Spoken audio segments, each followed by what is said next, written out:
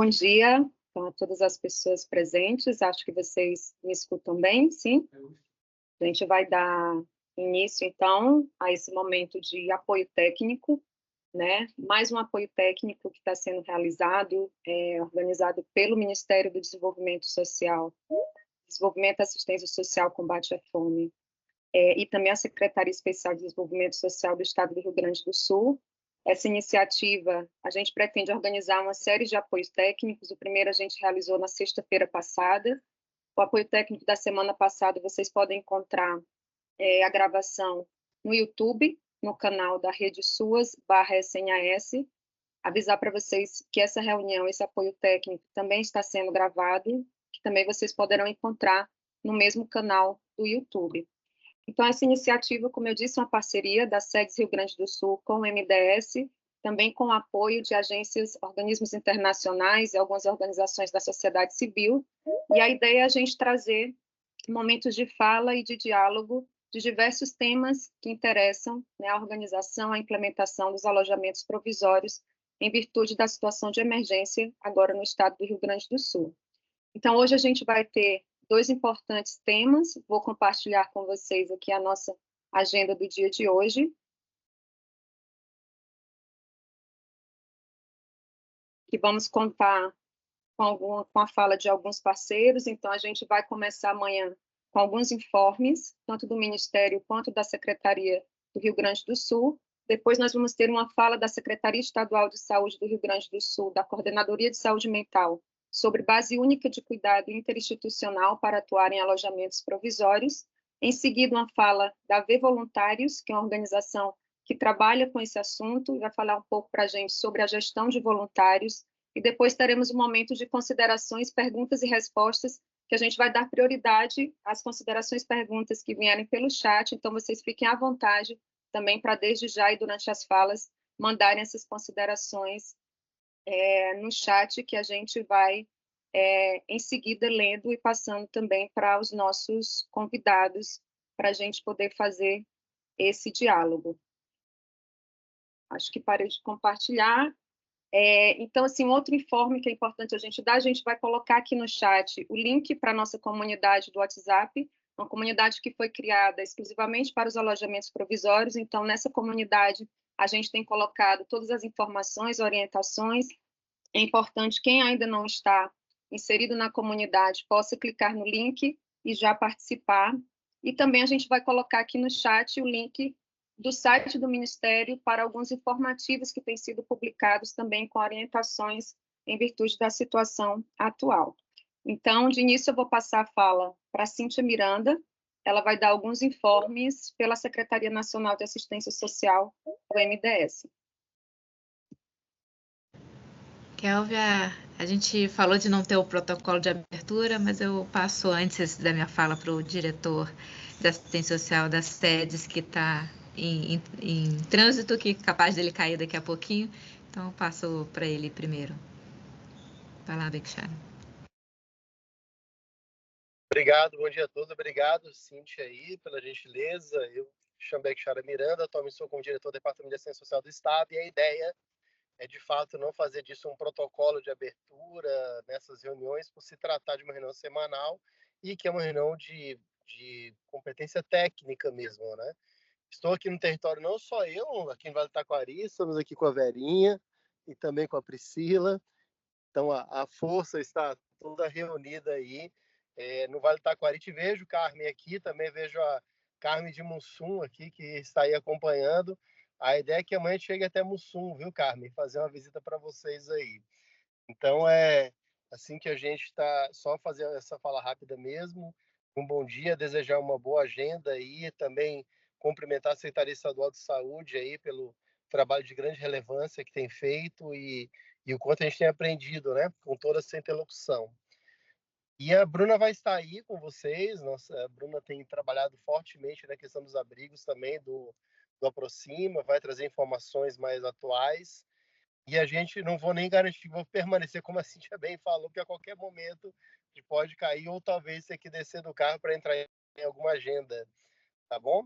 Então, um bom dia de trabalho, obrigado a todos e todas e seguimos à disposição.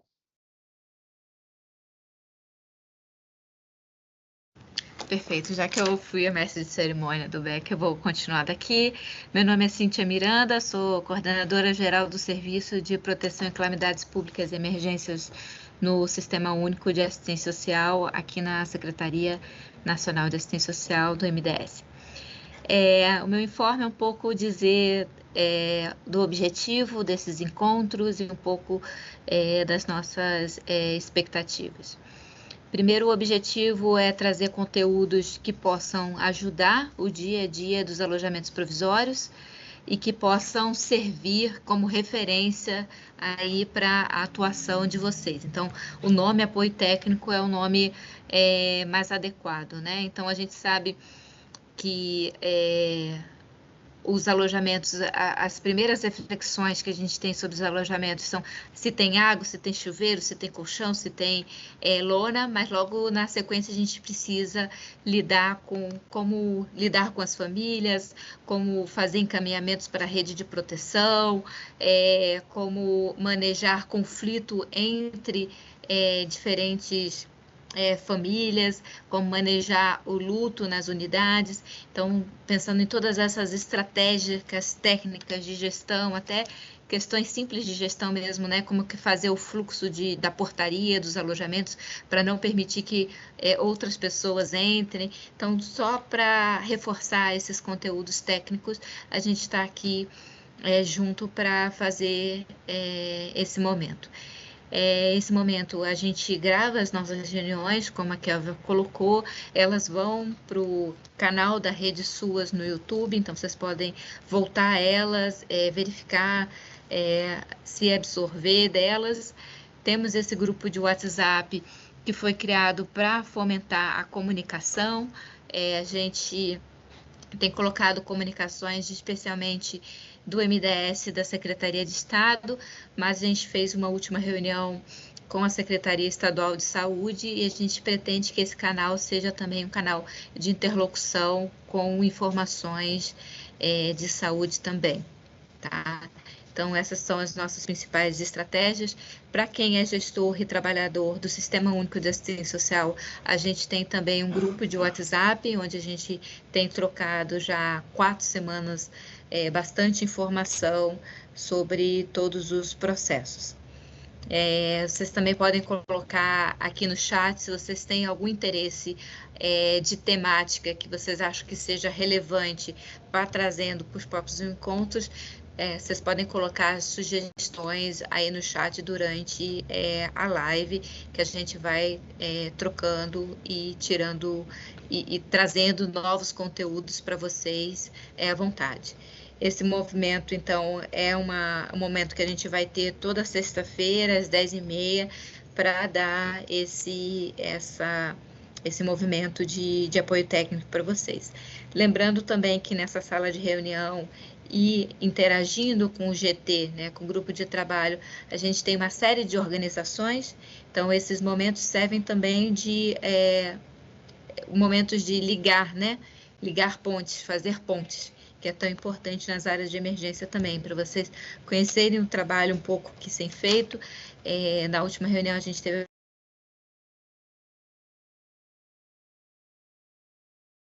estão atuando nessas emergências. Hoje nós vamos trazer mais 2 pessoas que podem fazer interlocução, podem ser pontos importantes aí da atuação de vocês. Então, esse trabalho aí de ligar pessoas também é um trabalho muito importante nesses contextos, tá? Então, dizendo aí do escopo geral da atuação, nós estamos no terreno, direto contato, em especial com os gestores.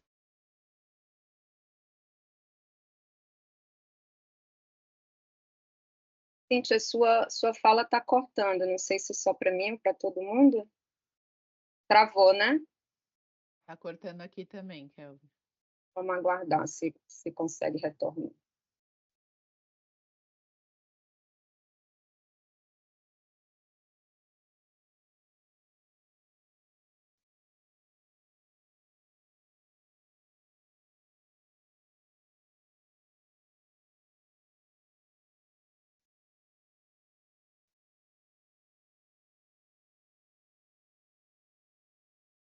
Acho que é um problema de conexão lá da Cíntia no Ministério. Nesse caso, então, a gente acho que pode passar para os próximos informes da Secretaria de Desenvolvimento Social do Estado, e aí, quando a Cíntia retornar, a gente só dá novamente a palavra para ela concluir, tá bom? Então, acho que pode ser, então, a Bruna Querique, que é da Secretaria de Desenvolvimento Social do Rio Grande do Sul, também vai trazer alguns informes aí para a gente. Bom dia, Kélvia, bom dia a todo mundo. Na verdade, é um informe bem breve. Eu sei que alguns de vocês têm nos procurado com dúvidas relacionadas à plataforma Proxima RS e ao auxílio abrigamento, né, do Estado. Eu só quero convidar vocês para a live de segunda-feira, às 15 horas. Às 15 horas a gente vai fazer o card de circular pelas redes, mas só para avisar que às 15 horas, então, a gente vai estar nessa live dando orientações específicas sobre o uso da plataforma, a Proxima RS, como é que vai funcionar todo o processo de pagamento, né, do auxílio abrigamento. Mas eu já aproveito e coloco aqui no chat um passo a passo, um tutorial simples que a gente fez, que talvez possa ajudar, assim, para as dúvidas mais simples, e também colocar a gente sempre à disposição aqui na secretaria para tirar dúvidas, enfim, que vocês possam vir a ter sobre o uso dessa plataforma em específico e sobre o auxílio desabrigamento como um todo. Então, obrigada, Kélvia, obrigada a todo mundo, uma boa atividade. Obrigada, Bruna. Então, a Cintia acho que não conseguiu voltar ainda, gente. Problemas técnicos lá com a internet. De toda forma, então, a gente segue e no retorno dela a gente complementa os informes. Antes disso, eu vou pedir, então, para todo mundo que está participando, se vocês puderem colocar aqui no chat para a gente o nome, a organização que representam, se é de alguma cidade específica, para a gente poder ter esse registro também, tá ok? E aí, novamente, se houver já alguma consideração, alguma pergunta em relação às falas que forem feitas também, vocês podem, por favor, colocar no chat que a gente vai acompanhando daqui. Então, para iniciar, a gente trouxe uma fala da Secretaria de Saúde do Estado, né? A gente está aqui com a Mariane Castilho Oliveira, e será uma fala sobre a base única de cuidados interinstitucional para atuar em alojamentos provisórios. Acho que a Mariane vai contar aí também com o apoio do pessoal da Força Nacional do SUS, então vocês fiquem à vontade também para estar participando, tá bom, Mariane? Fica à vontade com vocês. Oi, bom dia. Meu nome é Miriane, eu sou terapeuta ocupacional, atualmente estou na coordenação de saúde mental da Secretaria de Saúde do Estado do Rio Grande do Sul. Vocês me ouvem bem? Sim. Tá. Estou com um fone um pouco diferente aqui. Então, como falei, vou falar um pouco, né, das ações aqui da Secretaria de Saúde, né, da importância da gente estar bem alinhado, e também convidar o pessoal da Força Nacional do SUS, que eu vou falar um pouquinho da pirâmide, né, dos tempos, essas coisas todas que para a gente, né, não é do nosso dia a dia aqui, não era, né, até então do dia a dia da Secretaria, até chegar esse momento, infelizmente. Mas daí, então, se quiserem complementar, com certeza vocês têm, né, toda a qualificação para isso. Eu tenho uma apresentação de slides, se puderem projetar.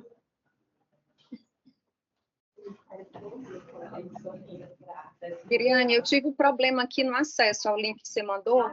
Você consegue compartilhar? Eu mesmo compartilho. Tá bom, obrigada. Eu não estou totalmente gripada ainda, mas tem uma cobertura, tem disponibilidade. Mas tem coisas que Vocês estão vendo?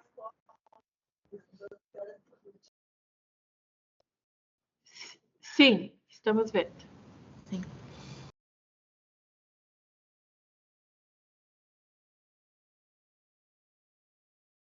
Você está muda, Miriane. Tá, não, estou dizendo que daí eu vou ficar vendo só, não sei se vocês, eu vou ficar enxergando só a minha apresentação. Então, se vocês quiserem falar, abram e falem, porque eu não vou conseguir ler o chat ou ver algum sinal, alguma coisa assim, tá? Tá bom, a gente te indica, tá bom? Tá certo. Então, falando um pouquinho acho que eu vou começar por esse aqui. Então, fala da importância, né, do alinhamento dos atores envolvidos, né, no enfrentamento à calamidade. Então, desde o início, né, a gente está em contato, em formação, em contato permanente com a Força Nacional do SUS, os Médicos Sem Fronteira também, né, e outras instituições, outras áreas, né, como segurança, como a própria secretarias de desenvolvimento, as secretarias municipais também. Então, a importância que tem nesse momento, né, de ter um alinhamento, um comando único, como se fala, né, do discurso, das ações, né, que todo mundo tem que seguir a mesma linha, saber todo mundo, né, ir na mesma direção, e saber também, muito importante, a comunicação, para uns saberem, né, o que os outros estão fazendo, até para evitar também uma duplicidade de esforços, né, para que a gente possa otimizar os recursos e né, cada um para uma área cobrir a maior área possível. Aqui são as ações um pouco do que a gente está fazendo com a Secretaria de Estado, né, que são apoio técnico institucional a CRS e municípios. A CRS é a Coordenadoria Regional de Saúde, né, é uma subdivisão da área de saúde aqui do Estado. Nós temos 18 CRS no Estado, né, e a gente está apoiando diretamente as mais atingidas, que são 10. Então, mais de metade aí das regiões, né, foram bem atingidas, diretamente atingidas, e nós temos uma divisão aqui no departamento que cada área técnica apoia uma CRS, assim, um apoio permanente, um apoio bem próximo mesmo.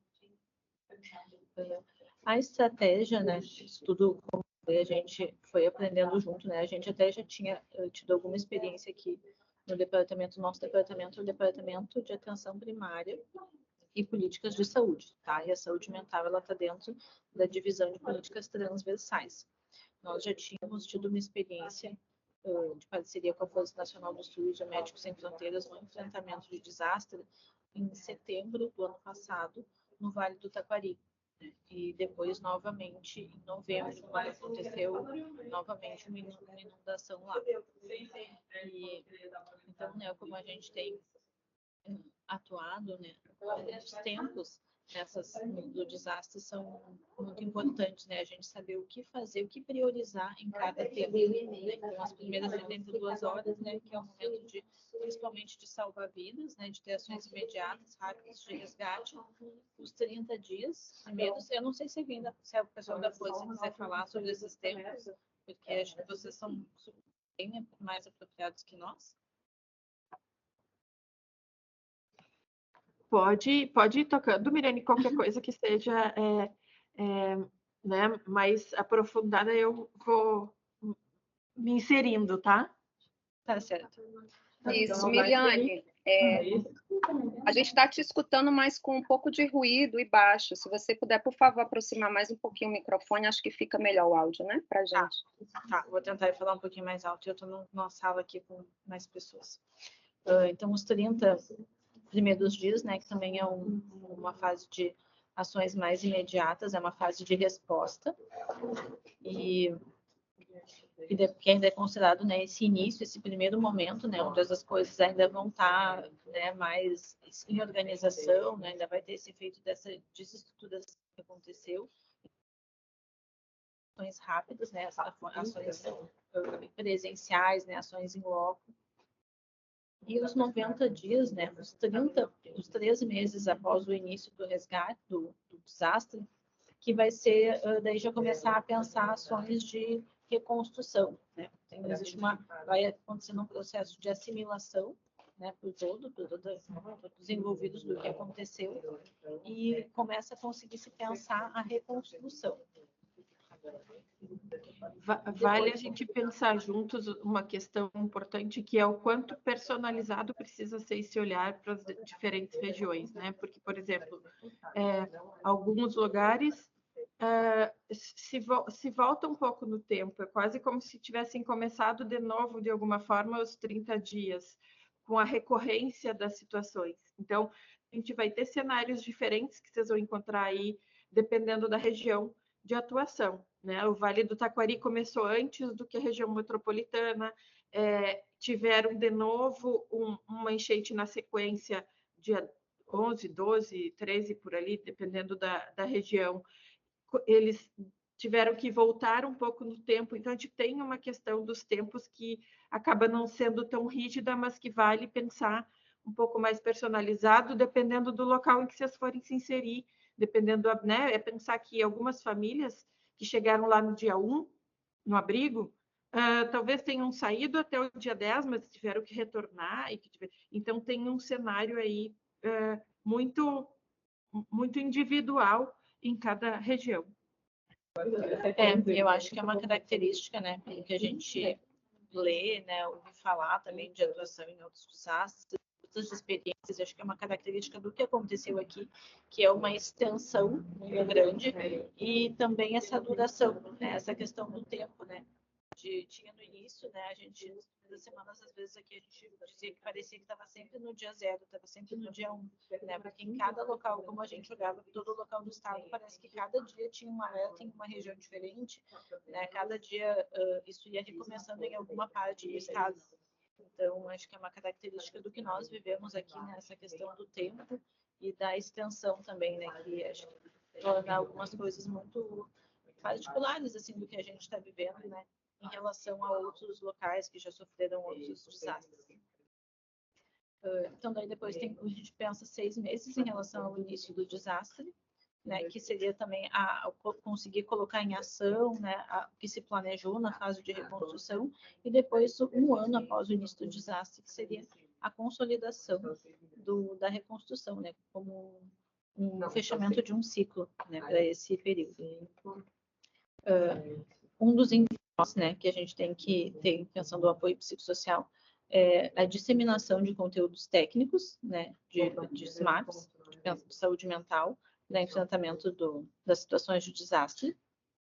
Isso a gente vai falar um pouquinho mais, né, foi algo que a gente se concentrou muito, né, na produção e na disseminação de informação, né, indo sempre em todos os locais que nós somos chamados, né, criando muitos espaços como esse que está sendo aqui agora, mas criando muitos espaços assim, espaços de formação e também com materiais, e a gente vai falar um pouquinho mais disso.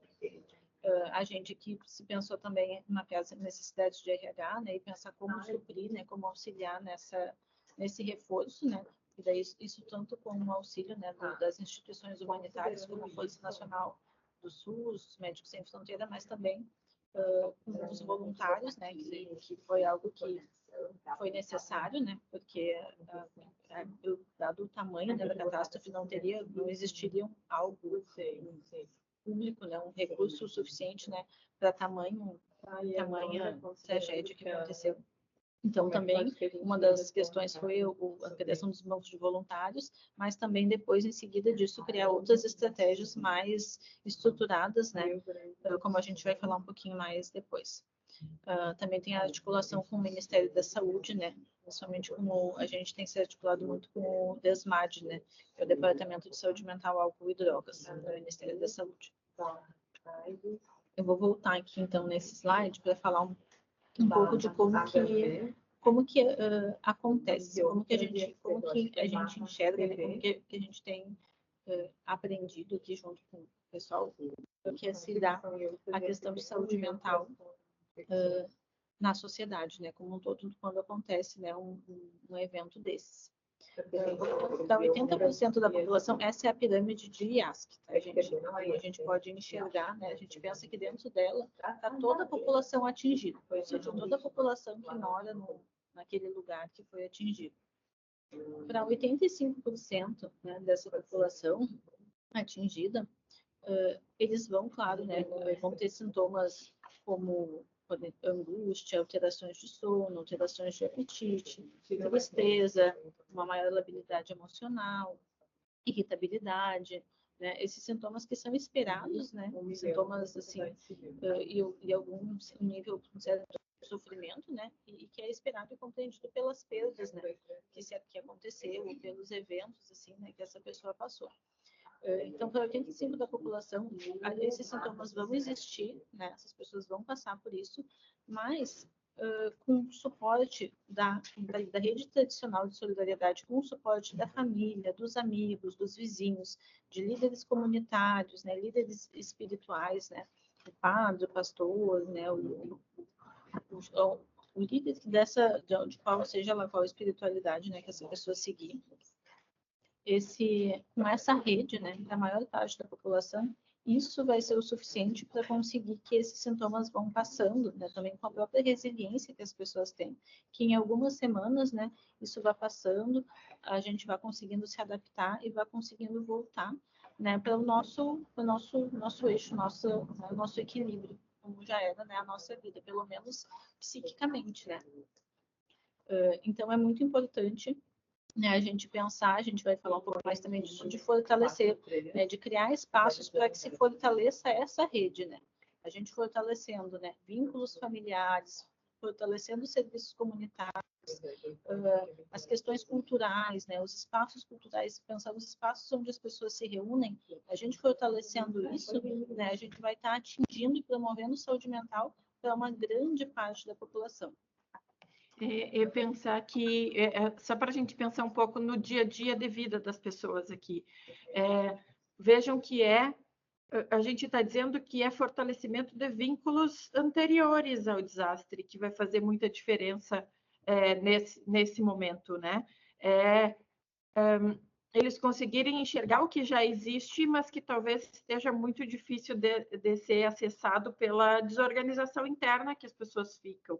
Né? Então, fortalecer que entre eles refaçam algumas conexões, mas vejam que a gente fala da importância dos vínculos prévios das pessoas, então ajudar eles a pensarem aqui quais são os vínculos que dão um contorno de segurança, né? Essa base da pirâmide é um pouco para restabelecer segurança na vida das pessoas, esses contatos, essas ações. Tô indo junto, Mirene, no que vai me vindo aqui, tá? Ótimo, assim, obrigada. E então, né, também aqui pensar, né, também nessa base, né, como é importante, né, como quando possível, né, nos abrigos, né, manter esse contato, né, que a pessoa consiga fazer contato com seus familiares que estão à distância, que as pessoas consigam ter informação, né, sobre os seus familiares ou sobre as pessoas que importam para ela, né, amigos, vizinhos, né, onde essas pessoas se encontram e, se possível, né, que essas pessoas consigam ficar próximas também, né, isso tudo vai promover saúde mental, né, ou também como acontece assim, de se criar abrigos, alojamentos, né, relacionado a pares, né, tipo só de mulheres, né, ou para idosos também, né, isso vai gerando também essa sensação de pertencimento, né, e promove também, facilita que se crie esses vínculos de apoio. Então, o meio da pirâmide, ele vai ser para pessoas que, para 25% da população, aproximadamente, que talvez sejam pessoas que precisem de algum cuidado, né, algum cuidado pontual. Serem escutados, né, por algum profissional de saúde, né, e daí pode ser o clínico geral, pode ser um assistente social, psicólogo, né, o agente comunitário de saúde também, e algum profissional na enfermagem, mas que algum profissional talvez que precise fazer uma escuta dessa pessoa, uma ou duas, algumas vezes, né, mas que não caracteriza necessariamente que essa pessoa vai precisar de um acompanhamento em saúde mental. Então, esse cuidado um pouquinho mais focado vai ser para 25% da população. Né? Talvez alguma pessoa que já tenha, né, já tenha tido alguma questão, né, ou já por alguma questão na sua vida, né, na sua história de vida, né, precise de mais um pouco de suporte, ou esteja mais frágil, né, estivesse mais frágil naquele momento. E é isso, um cuidado que vai ser pontual, né? E depois ela vai seguir, né, com a sua vida normalmente. O topo da pirâmide, né, ele é para cuidados mais específicos, né? Então, se espera que seja de 5% até, no máximo, 8% da população. E daí, sim, vai ser um cuidado de rede especializado, né? Que vai ser, por exemplo, um contato mais contínuo com o psiquiatra, ou com um psicólogo, né, um acompanhamento mesmo psicológico, com psicoterapia, ou com outras atividades também, né, de saúde mental, outras atividades de acompanhamentos de saúde mental. Então, nesse topo da pirâmide, geralmente são pessoas que já tinham alguma predisposição, né, ou que já tinham feito na sua vida em algum momento tratamento psiquiátrico, né, ou algum tratamento de saúde mental, já precisaram desse cuidado antes, ou já tinham alguma questão que acabava, né, que acabou facilitando, culminando com o desastre, né, que essa pessoa precise novamente intensificar esse cuidado. A linha aqui do lado, essa setinha azul aqui do lado, ela é o cuidado com o cuidador, né? E ela passa todos os níveis da pirâmide, né? Então a gente tem que pensar esse cuidado com o cuidador para todos os níveis, né? Desde as pessoas que estão atuando lá na base, quanto as pessoas, né, das áreas mais especializadas, né? Então é algo que a gente pensa durante todas as fases, né? E para todos os níveis. Estou pensando se a gente não sei se ficou alguma dúvida, não sei se nesse momento, se vocês querem, porque essa é uma parte bem importante. Deixa eu só ajudar numa coisa para vocês poderem, visualizando isso aqui, vale entender que a gente costuma dizer que quando o trabalho da base, né, e ele acontece de uma forma efetiva, a tendência é que menor quantidade da população vá tendo necessidade do que vai sendo oferecido nos outros níveis, né? Então, quanto a gente conseguindo que aconteça efetivamente esse cuidado por base aí, né, das redes tradicionais afetivas, socioafetivas, enfim, menos gente vai precisar da assistência dos médicos generalistas e dos assistentes sociais e psicólogos. Aqui, essa camada sendo feito o trabalho adequado, menos gente ainda vai subir para a necessidade dos cuidados psiquiátricos. Tem uma questão que vale a gente se debruçar, que é quem tem conhecimento do local pode ajudar muito, assim. Então, pensar nos assistentes sociais daquela região que possam colaborar com vocês para fazer um levantamento das pessoas que estão naquele abrigo, que já tinham uma certa labilidade emocional, já tinha alguma coisa, ou que de repente, possa ser um start para algo de maior necessidade nesse momento. Então, vamos pensar, alguém que já tenha passado por uma perda significativa na vida e que tenha ficado muito fixado nisso, não conseguindo muito enfrentar as suas questões de dia a dia, já vinha com essas questões, né, atrapalhando, deixando a vida um pouco mais disfuncional, ela pode ter uma tendência aí de precisar ir mais para cima no atendimento aí nessa pirâmide. Então, esse olhar de quem já trabalha no local, de quem já conhece, que vocês possam fazer essa conexão, dessa troca de informação, porque aí o ideal é que se saiba mais ou menos quem são aquelas pessoas que estão dentro daquele abrigo, né? Que tem algum, já até esse momento, algum cadastro, algo mais efetivo para saber de onde aquela pessoa veio, um pouco da história de vida até chegar ali. Que possa, então, ser olhado individualmente, mas não individualmente num cuidado individualizado com cada pessoa lá. Eu falo individualmente entre os profissionais que já atuam com aquela população. Eles têm prontuários, têm históricos, nas quais podem ser consultados para a gente entender, talvez, quem mais vai demandar os níveis superiores de cuidado. Não sei se fica claro a minha fala, qualquer coisa, por favor, perguntem. Acho que é também importante a gente saber a importância, né, de atender bem, né, preencher bem todos os níveis da pirâmide, porque isso vai gerar, né, que se cada pessoa, né, for encaminhada adequadamente os níveis de atenção necessários, não vai acontecer uma sobrecarga do sistema.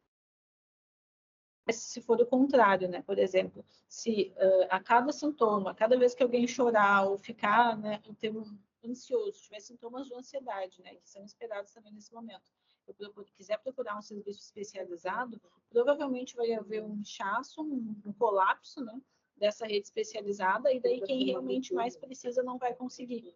Né? Então, é muito importante a gente pensar tudo, né, que pode ser atendido na atenção básica, ou todos os cuidados de saúde mental que não precisam ser feitos pelos profissionais nem de saúde, né? Existem capacitações em primeiros cuidados psicológicos, né?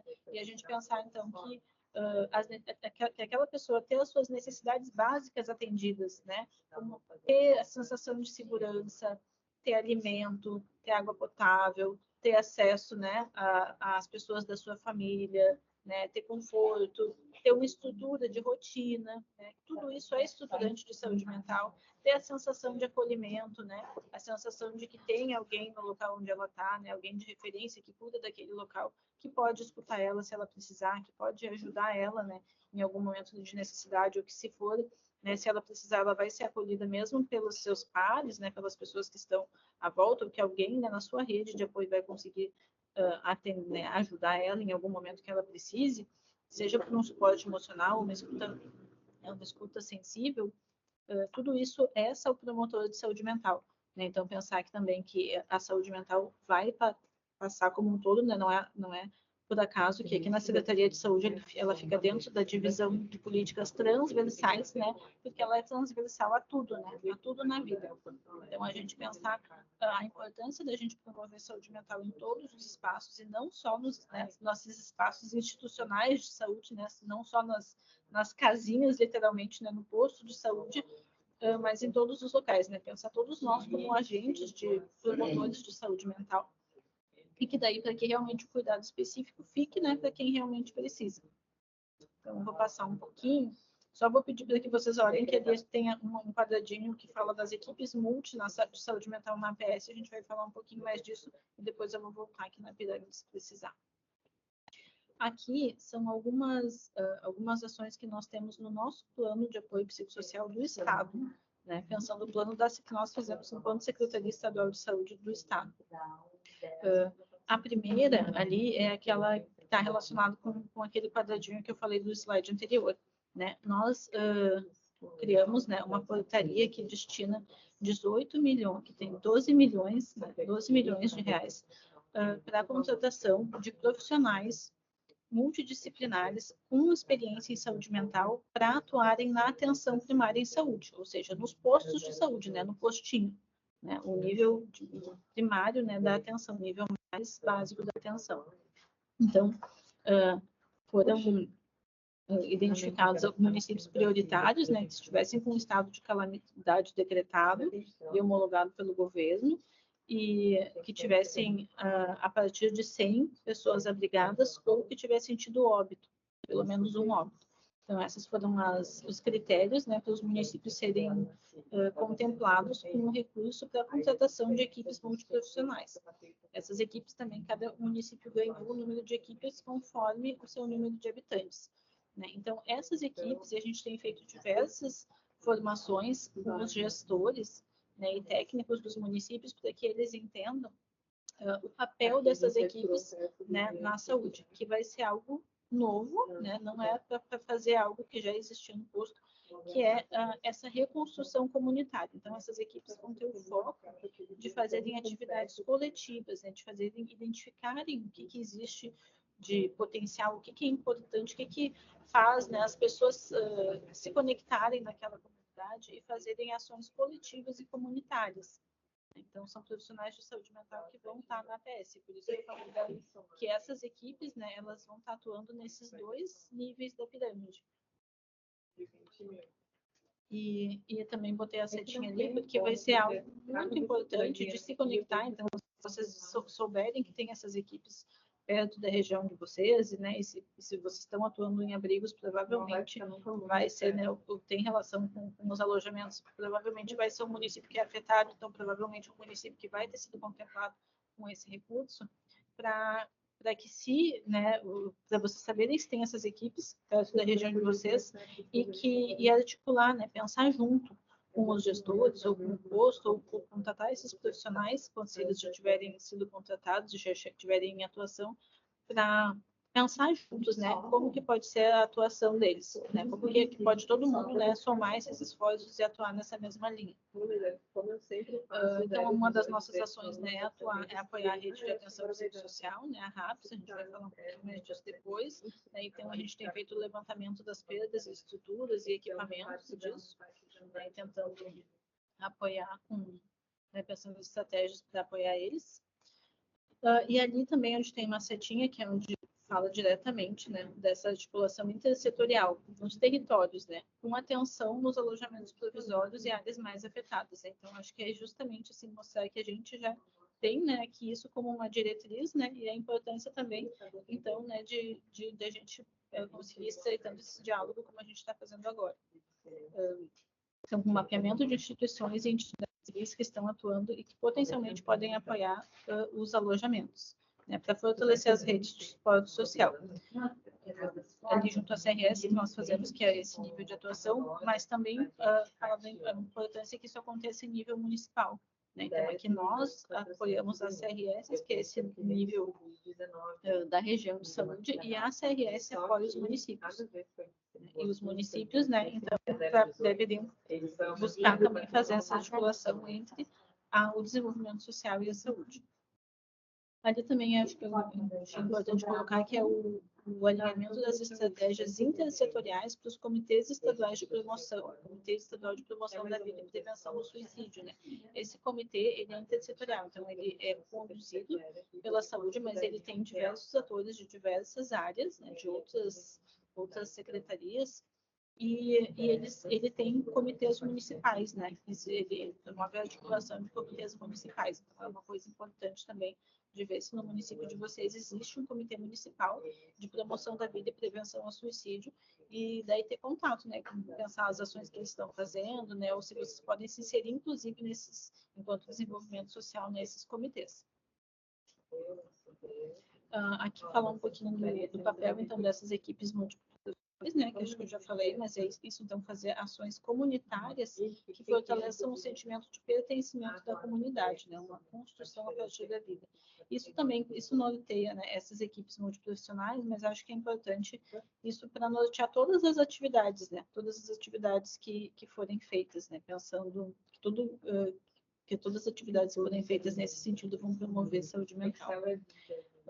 A promoção também de ações coletivas para promover a autonomia nos modos de andar na vida das pessoas afetadas, né? Buscando retomar o controle da vida e da rotina dessas pessoas, como a gente também já falou. E ações voltadas, né? Essa equipe multiprofissional vai fazer ações voltadas para o grupo de risco, né? Pensando no mapeamento de populações que já possam, como a gente falou, né, ter tido alguma questão de saúde mental, ou que tenham, assim, algum sinal de alerta, né, em relação à saúde mental. Então, fazer o mapeamento dessas populações também é o papel dessa equipe, mas também é algo que pode ser feito, né, por diversas áreas. Aqui algumas das ações que nós fizemos, que ações de cuidado do trabalhador, né, com uma oferta de práticas integrativas e complementares, é algo que a gente pode, é algo bem amplo, né, então a gente pode até combinar um outro espaço, um outro momento desses para falar mais só sobre isso. E também tivemos uma articulação com o SESI, né, para o fornecimento de equipes com tendas, com equipes para os municípios, né, conforme a necessidade dos municípios, né, conforme eles indicaram. Também a gente realiza o apoio aos gestores municipais, né, e por meio do banco de voluntários da Secretaria de Saúde e também os intérpretes voluntários, que a gente vai falar um pouquinho mais depois. Pensando um pouquinho a questão ali é das questões do nosso plano. Então, esses slides anteriores eram o que nós, enquanto Secretaria de Saúde, pensamos, né, e norteamos as nossas ações. Agora, aqui, esse slide fala um pouquinho de o que a gente entende, o que a gente sugere e recomenda que vocês, enquanto desenvolvimento social, qualquer pessoa que vai estar de referência para um abrigo, busque, né? Então, o contato com a rede municipal de saúde, né? Contatar, por exemplo, o gestor da Secretaria Municipal de Desenvolvimento Social, buscar o contato com os gestores da saúde, né? A coordenação de saúde mental, ou a coordenação da atenção primária, né? Ter esse diálogo entre os gestores municipais para cada um saber, né, o que está fazendo, qual é a linha, né, que tá, as estratégias que estão sendo criadas e ver como que é possível somar, né, e fazer o referenciamento dessas redes.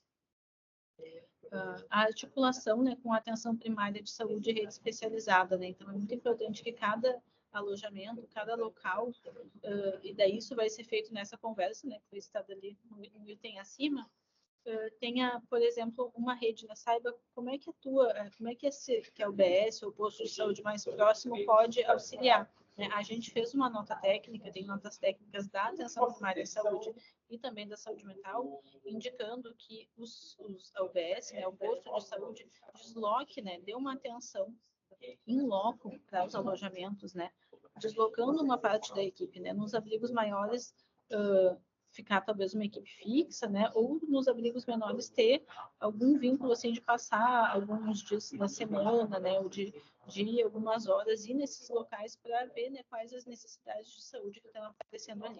Então, é muito importante também que as secretarias de desenvolvimento, né, municipais e também cada local, os gestores de cada alojamento, as pessoas responsáveis por cada alojamento tenham, né, conhecimento da importância e busquem também esse contato com a atenção primária, né, com o posto de saúde. Saiba que dias que esses profissionais têm disponibilidade para ir lá, que promovam, né, que promovam um espaço adequado, né, que promovam a informação dentro do alojamento também dessas pessoas, né, da importância de se utilizar esses serviços. Como eu te falei ali também, as ações de cuidado do cuidador, né, que é algo importante, é algo que está acontecendo, que daí a gente vai falar, né, pode falar um pouquinho em outro momento, porque é algo bem amplo. E também vai verificar a necessidade de mediadores interculturais e intérpretes voluntários, isso para a população migrante. Está passando um helicóptero aqui.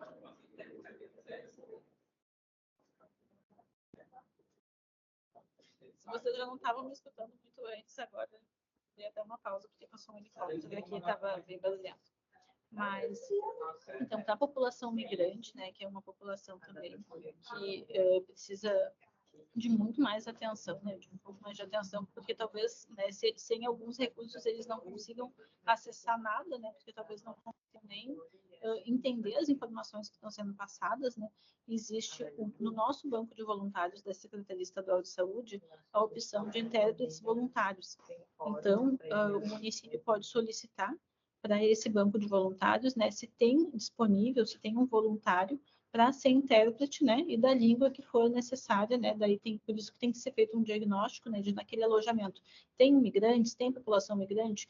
Se tem, da onde que é, né, da onde que é, eles têm, como é que é o acesso deles à nossa língua, né, precisa de ajuda?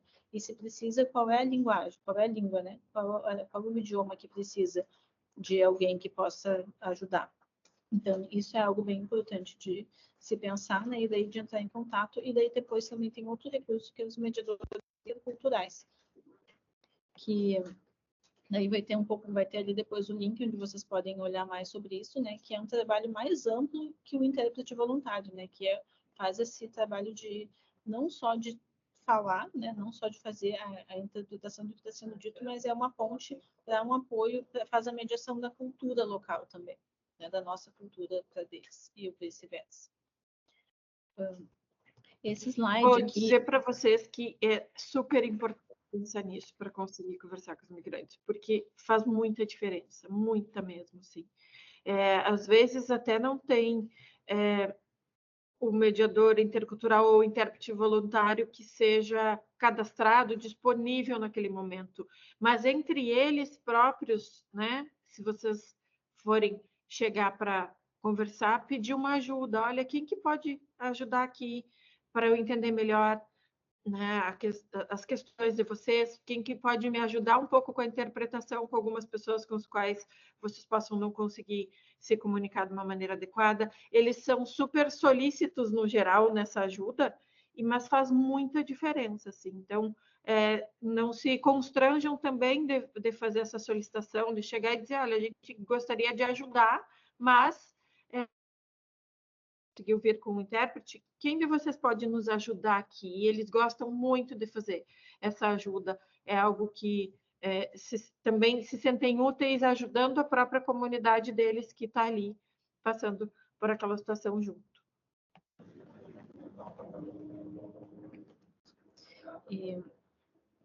Então, aqui era uma orientação, né, para pensar mais como um todo, né, inclusive para os gestores, né, da Secretaria de Desenvolvimento. Deixa eu ver, acho que eu vou passar. Aqui, esse slide é só para visualizar um pouco da RAPS, tá? Da Rede de Apoio Psicossocial, que tem ali a pessoa no centro, né? E daí, ele é... Miri, não mudou aqui, tá? Não? Ai, não sei. Deixa eu ver. Aqui para a gente está aparecendo. É um bonequinho no meio com uma Isso. figurinha assim. Agora sim, isso. desculpa. Pronto.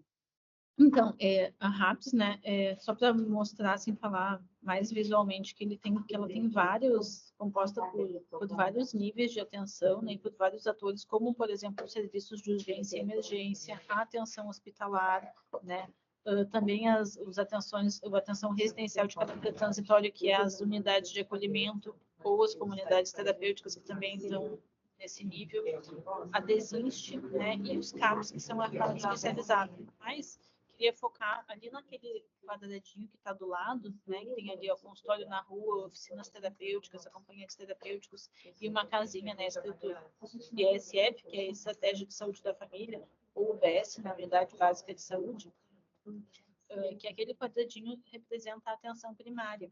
Né? Então, para a gente entender esse slide um pouco, para visualizar que a atenção primária, ou seja, o posto de saúde, também faz parte da RAPS.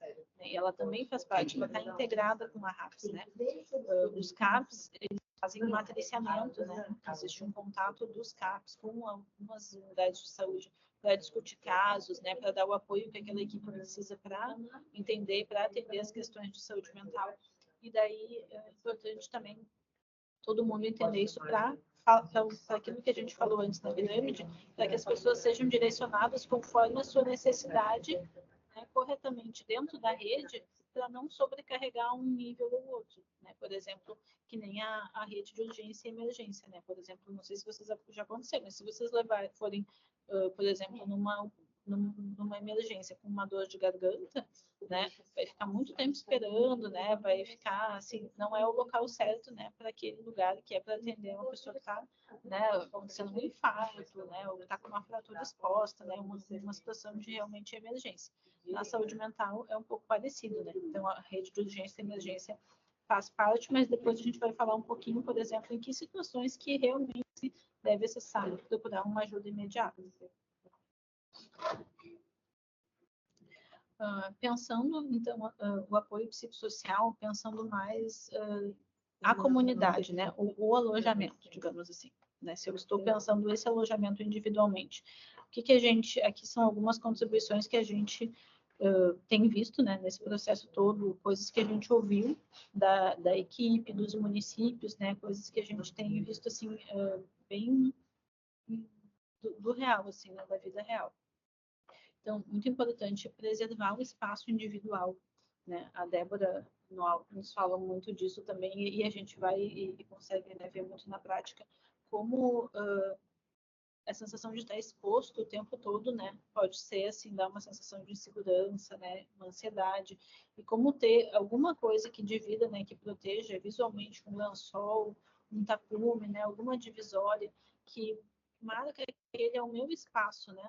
Que aquele é um espaço privado ou que eu consigo ir, né? E ficar um pouco num espaço reservado sem estar sendo visto, né? Por todos, né? Como como aconteceria na nossa casa, como isso é importante e como isso é promotor de saúde mental. Então, a gente pensar, né, como que é possível, né, se e quando é possível, né, que se consiga nos alojamentos que as pessoas consigam ter esses espaços, né, ter alguma divisória, alguma coisa que marque, né, aquele espaço dela e também que respeitar, né, como também que seja amplamente assim, entendido naquele local por todas as pessoas que transitam ali, todas, inclusive profissionais, pessoas que possam chegar de fora, inclusive, por exemplo, as pessoas do posto de saúde que venham, outras pessoas que venham, né, por algum motivo que não fazem parte da equipe, mas que entrem naquele local, que essas pessoas entendam que elas são a casa das pessoas, né? Então, não invadir, que esse espaço seja respeitado, que não seja invadido, né? Que as pessoas, por exemplo, se a pessoa está dormindo, que ela não seja acordada, a menos que seja muito necessário, né? O que ela consiga dizer se ela quer ou não, né? Conversar com outras pessoas naquele momento. Fortalecimento de vínculos de rede de apoio, né? Então, como a gente falou antes, os vínculos que já existiam daquela pessoa, né? Com família, com vizinhos, né? E vínculos, né? Que possam ter sido criados, né? Naquele local. Também, então, a importância, né, de promover espaços, né, e valorizar esses vínculos quando eles acontecem, estimular a autonomia e a independência, né? A gente sabe que existem alguns alojamentos que conseguem se organizar com GTs, né, com grupos de trabalho, né, grupos de trabalho de alimentação, grupo de trabalho da saúde, que conseguem fazer, por exemplo, uma assembleia para que se consiga debater, né, as regras daquele local, ou o que fazer com casos de possíveis conflitos que possam acontecer. Então, como é importante estimular, né, que essas pessoas sintam esse pertencimento e que elas também possam contribuir para esse local, né, que elas vão participar né, de todos os processos do local onde elas estão vivendo, né? Porque a pessoa pode auxiliar nesse pertencimento, né? Muitas vezes ela sentir que está contribuindo, que ela está dando, né? Dando de si e dando para os seus pares, para a sua comunidade de alguma forma, isso também reforça muito, né? Muito positivo para a saúde mental. Miriane, desculpa, mas só se você puder dar uma aceleradinha, tá? Porque como a gente tem uma outra fala e a gente tem um teto aí no horário, só para a gente poder seguir. Obrigada, tá? Ali, então, a promoção das atividades coletivas, né, que é um pouco disso tudo que a gente já falou, articular as atividades no território, também a importância de buscar, né, essas parcerias no território, com centros comunitários, né, os espaços religiosos, CTG, né, a Imates é uma parceria muito interessante também, né, atividades culturais como música, né, teatro, se tiver algo, né, no território em volta disso que possa fazer alguma parceria. E também articular com a rede estadual de educação, né, pensar como que pode se articular a educação das crianças, né, e dos jovens que estão ali. Esse aqui já é, então, bem no finalzinho, né, que eu só quis trazer quais casos que sim, quais as questões de saúde mental que precisam de uma ajuda imediata, né, de um profissional, porque algum profissional precisa ser acionado. Então, são os casos de ideação suicida, né, se aquela pessoa estiver verbalizando, né, que quer fazer algo contra a própria vida, né, se ela tiver um plano, se isso está bem estruturado, né. O mesmo se não tiver, se a pessoa pensa sobre isso, se ela fala sobre isso, já é motivo para se procurar alguma ajuda profissional, né? Pode ser algum profissional de saúde, alguém do posto, né? Mas, por exemplo, se não tem ninguém, né? Se é um feriado, fim de semana, não tem nenhum posto, não consegue falar com ninguém, daí se leva na atenção do serviço de emergência, né? Ou se esse profissional de saúde que tiver visto ela disser que é um caso de na emergência também. Síndromes de abstinência, né, de substâncias psicoativas, principalmente o álcool, tá, gente? O álcool, ele tem sintomas de abstinência, faz uma síndrome de abstinência que tem vários riscos, assim, para o organismo, riscos físicos, tá? Então, ele é algo importante, e é importante falar que é a abstinência, tá? Não é necessariamente porque aquela pessoa faz um uso, né, que ela precisa de um atendimento, é a abstinência dessa substância.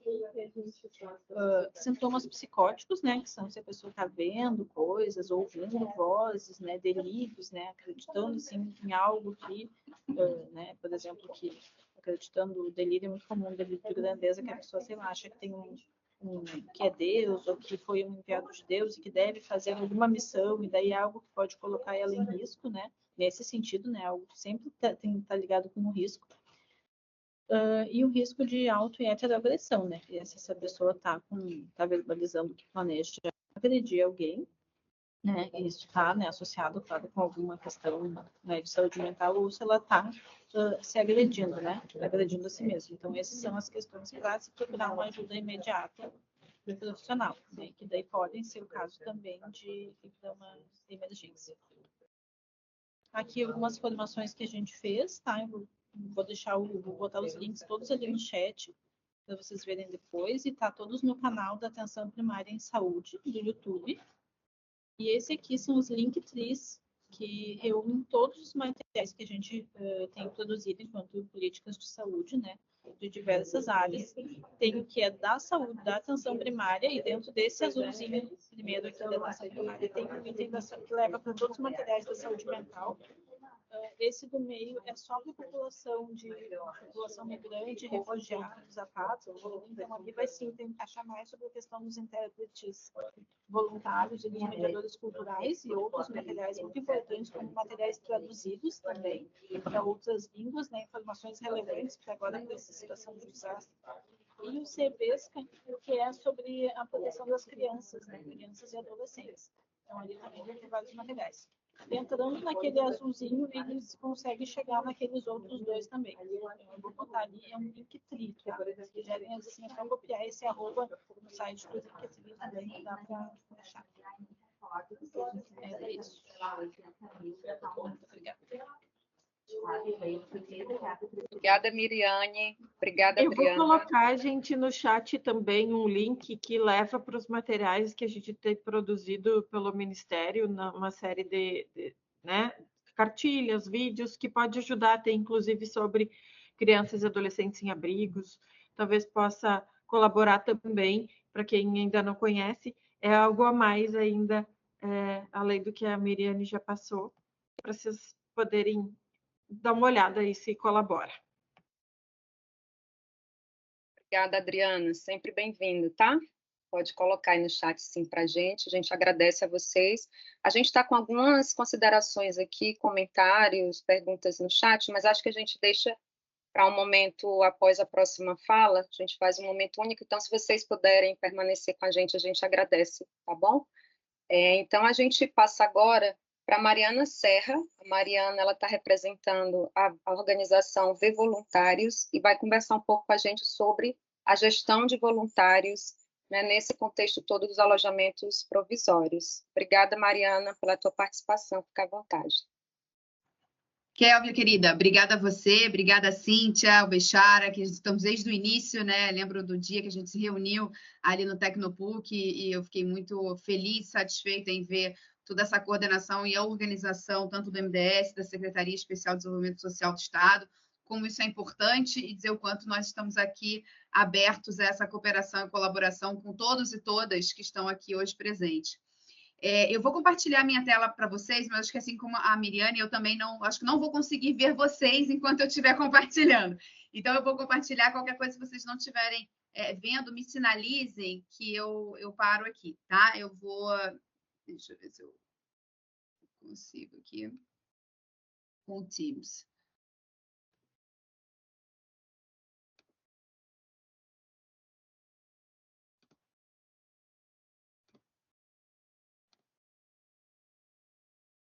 Vocês estão vendo a minha tela em modo apresentação ou não?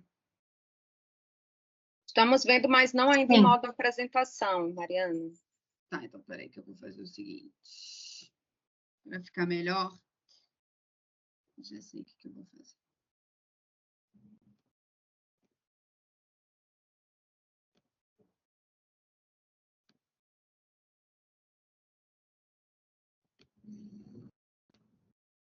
Vejam se agora vai entrar modo apresentação. Agora sim. Maravilha. Então, vamos lá. Eu vou começar com duas imagens aqui para vocês, que vai ilustrar alguns dados da questão do voluntariado e trazer algumas ferramentas para a gestão de voluntários também. Dizer que, novamente, a We Volunteer, enquanto plataforma da sociedade civil, está aqui para servir agências, organizações, voluntários, né, pessoas, sociedade civil enquanto ator humanitário. A gente está super à disposição de todos e todas. Essa imagem é uma imagem que aconteceu no terremoto do Marrocos do ano passado, onde nós emitimos resposta também junto com a Cure Connect, uma grande parceira nossa no país. Vocês podem ver que nessa imagem a gente vê 4 civis retirando uma pessoa dos escombros. São pessoas que não estão uniformizadas, não são de nenhuma agência, não são de corpo de bombeiros, defesa civil, elas estão retirando essas pessoas. Aqui é a mesma coisa, a gente vê 2 pessoas retirando os animais, isso é na Ilha dos Marinheiros, isso foi no ano passado, onde a gente também emitiu resposta em mais enchentes que tivemos, na verdade a gente está emitindo resposta, estamos com a equipe agora em Mussum, desde setembro do ano passado, quando a gente ajudou a reconstruir a EMEI, né, a escola de Mussum, junto com a prefeitura e com tantos parceiros que a gente teve. E, novamente, aqui nessa imagem, vocês estão vendo 2 civis tirando esses animais dessa casa. Essa imagem a gente viu muito, né, em meio a esse desastre que a gente viveu e está vivendo aqui no estado. Eu sou do Rio de Janeiro, vocês podem ver pelo meu sotaque, mas eu moro aqui no Rio Grande do Sul já há 6 anos que eu estou aqui. Sou casada com gaúcho, tenho um filho gaúcho, e desde o dia 0, desde que tudo aconteceu, inclusive também sendo atingida, nós estamos aqui emitindo resposta com diferentes frentes aqui no estado. Por que eu estou passando essas imagens para vocês? Porque existe um dado que demonstra que até 70% dos primeiros socorros são feitos por civis. Até 70%. Pode ser menos, pode ser mais. Isso depende da tragédia, isso depende do desastre, da magnitude do desastre. E isso ocorre por quê? Porque a maior parte das pessoas que estão ali ajudando, socorrendo, também foram afetadas, foram atingidas, estão bem, mas elas conseguem ajudar, né? Como elas não estão com alguma questão de saúde, né? Não estão machucadas, elas conseguem prestar o serviço. Por quê? Porque existe um tempo de resposta até a Defesa Civil chegar, até o SAMU, por exemplo, né? No Brasil chegar, bombeiros, isso é natural. Isso é no mundo inteiro. Esse dado foi muito trabalhado pelo Richard Dictus, o coordenador, ele é coordenador executivo da UN Volunteers, né? Que é a agência de voluntariados para a ONU. A gente tem parcerias aí com diferentes agências também da ONU, que a gente é muito grata e temos grandes parceiros dentro, e demonstrando a importância do voluntariado, né? Que quando inicia um desastre, de fato, é natural que nós passamos aqui no estado, a gente vê isso ocorrendo, porque é normal até o tempo da gente pedir socorro, o socorro, né, especializado chegar, isso é normal e chega, claro, no seu tempo que tem que chegar. Mas aí o que acontece? Civis começam a partir para ação, ou seja, as primeiras respostas começam a ser emitidas por voluntários, né? E aí eu vou trazer algumas falas do próprio Richard Dictus, que eu acho que vai pautar muito o que eu vou trazer aqui para vocês. Investir na capacidade dos voluntários é investir na preparação para a emergência. Com esse investimento, seremos capazes de lidar com as crises humanitárias assim que elas surgirem. Porque não adianta, vai ter sempre a sociedade civil ajudando. Né? Não existe separar isso e não existe um lado ou um outro lado. Existe fazer junto, em conjunto, em coordenação, em colaboração. Todos nós precisamos da sociedade civil, somos a sociedade civil, e o trabalho voluntário, ele é muito importante, ele é um ator humanitário num contexto de crise. Né? E a gente precisa ter políticas e que os decisores percebem que o voluntariado não é apenas o ideal agradável que a gente sempre tenha voluntário, mas ele é essencial para qualquer resposta humanitária.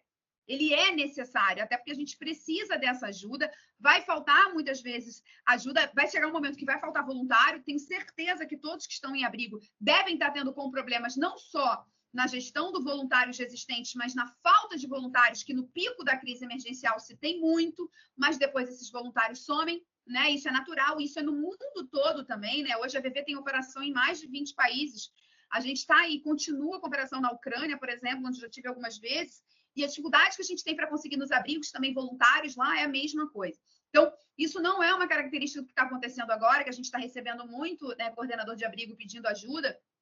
Está faltando voluntário, está difícil fechar a escala, o engajamento. Isso acontece em qualquer crise humanitária, né? Isso, ou qualquer desastre. Isso, infelizmente, ocorre. Então, existe um caminho para isso, enquanto sociedade civil, a gente tem que se preparar para isso, que é na capacitação e na compreensão de quanto o voluntário ele é muito importante no papel de uma resposta humanitária. E aí, trazendo um contexto maior, amplo para vocês aqui do mundo, tem o World Given Index, né? Infelizmente, quando a gente trabalha resposta humanitária, muitos termos são em inglês e muitos portais são em inglês. Mas esse World Given Index, vocês conseguem ter bastante dados do tamanho disso aqui no mundo. Né? Então, em 2022, a gente teve 4,2 bilhões de pessoas que declararam que ajudaram alguém que não conheciam, que fizeram trabalho voluntário coordenado ou doaram. Então, assim, é muita gente que se propõe a ajudar, isso significa 72% da população adulta do mundo que fala, eu faço alguma coisa, eu quero fazer alguma coisa. Né? Então, existe um mundo que a gente chama, digamos assim, sim, humanitário, e de pessoas que querem fazer e que vão fazer cada vez mais. Né? Cada vez mais a gente vai estar vendo indivíduos que podem acabar cometendo erros, e a gente vai falar sobre isso, querendo ajudar e partindo para a ação mediante um desastre climático como o que a gente viveu aqui e vai viver ainda mais. A gente sabe disso, que vamos viver ainda mais desastres climáticos, ambientais. E aí entra um ponto. Qualquer ajuda não é ajuda. a gente precisa saber ajudar. O voluntário precisa entender a sua responsabilidade dentro de uma crise, que ele sair para o campo para ser voluntário e tirar a sua jornada do herói é muito importante, e ele tem que entender e respeitar os atores locais, atores, alguns estes soberanos, dependendo da resposta humanitária e do contexto, claro, do país e que se encontra, e o voluntário precisa saber fazer. A V-Volunteer, enquanto plataforma, a gente justamente capacita a sociedade civil. Desde que essa tragédia iniciou, além de toda a resposta no campo que a gente tem, já foram mais de 5.000 voluntários capacitados por nós, que se inscreveram nas nossas capacitações online gratuitas, para poder entender como ajudar de forma efetiva. Como procurar a agência, como procurar um abrigo, como procurar a secretaria, né? Respeitar isso, respeitar todo o cluster humanitário, as diferentes atribuições, porque quanto mais as pessoas souberem saber fazer, quanto mais elas souberem ajudar, menos isso aqui vai acontecer. Né? Não sei se vocês lembram, eu sou do Rio, né, como falei, mas moro aqui, mas em 2022 estávamos lá emitindo uma resposta, inclusive junto ao capitão de bombeiros Léo Fará, da UMOS, também agência humanitária parceira da VV, em que a gente viu mais assim, toneladas de roupas incineradas. Porque as pessoas chegavam querendo doar, saíam da cidade do Rio de Janeiro e iam para a cidade de Petrópolis, e eu estava lá e eu vivenciei isso, o trânsito ficou caótico, a gente não conseguia circular, a gente tendo que chegar, fazer resgate, ajudar, começar a ver a questão de abrigo, e a gente não conseguia circular, porque existiam pessoas, 3 pessoas dentro do carro, com uma caixa cheia de roupa, onde não se precisava mais de roupa. O prefeito teve que mandar incinerar a roupa, porque elas estavam apodrecendo. Uma cidade que é extremamente úmida, né, e que continuou chovendo, porque um mês depois ainda veio uma chuva que continuou, né, trazendo mais lama, mais deslizamentos, e a gente vivendo aquele caos. Mas isso se dá porque muitas vezes as pessoas não sabem como ajudar. Elas acham que, não, eu tenho roupa, então eu vou fazer isso aqui, eu vou doar roupa, eu vou tentar ir lá e ajudar de alguma forma, e ela acaba atrapalhando. E por isso que a gente fala que qualquer ajuda não é ajuda. A gente precisa saber ajudar. Quanto mais a gente formar a sociedade civil, mais ela, vou repetir isso o tempo todo, mais ela vai saber fazer. Eu repito que eu sou professora, eu dou aula aqui na PUC do Rio Grande do Sul, então não tem jeito, esse é o meu lado aqui, educadora, digamos assim, mas repetir essas questões eu acho que é importante para vocês... Mariana, ficamos sem som, não sei se só para mim. Opa. Pronto, voltou. Voltou? Tá. A gente falar sobre isso é importante, vocês passarem isso para os voluntários que estão no abrigos com vocês, né? Eles entenderem a coordenação de um abrigo, a quem falar, a quem se adereçar, enfim, são várias questões que são muito importantes. Acima de tudo, entendermos que somos também um ator humanitário. Enquanto ator humanitário, a primeira coisa que o voluntário tem que saber é que ele não pode causar danos, né? O imperativo humanitário, do no harm. Acima de tudo, não prejudicar. As nossas atitudes, as nossas ações que a gente se propõe a fazer, sejam elas dentro de um abrigo, seja ela numa resposta imediata a uma crise emergencial aguda naquele momento, ela não pode causar danos, ela não pode prejudicar o beneficiário. Portanto, quando um voluntário chegar e vocês estiverem com o corpo de voluntário de vocês, a primeira coisa a falar é isso. Olha, tudo que você for fazer aqui dentro, uma fala que você for fazer direcionada a uma criança aqui dentro, pensa antes de fazer. Porque às vezes o voluntário ele vai falar, não é na maldade, é na inexperiência. E ele vai falar, vai prometer coisas para as crianças não esquecem. Ele pode até esquecer que ele prometeu aquilo, mas a criança não vai esquecer, o adulto não vai esquecer. Então a gente tem que tomar muito cuidado, inclusive, com as nossas próprias falas. E cada voluntário que chegar, vocês capacitarem os seus voluntários antes deles começarem a servir no abrigo ou num CD, no centro de distribuição, enfim, numa ação que vocês estejam propondo a fazer, é fundamental. Essa preparação, né, que a gente chama do onboarding, ela é crucial em como o voluntário vai, de fato, conseguir exercer o papel dele e não causar danos. Respeitar o imperativo humanitário do no harm. Isso aqui é extremamente importante. E aí, claro, ele entendendo o seu papel enquanto também o ator humanitário.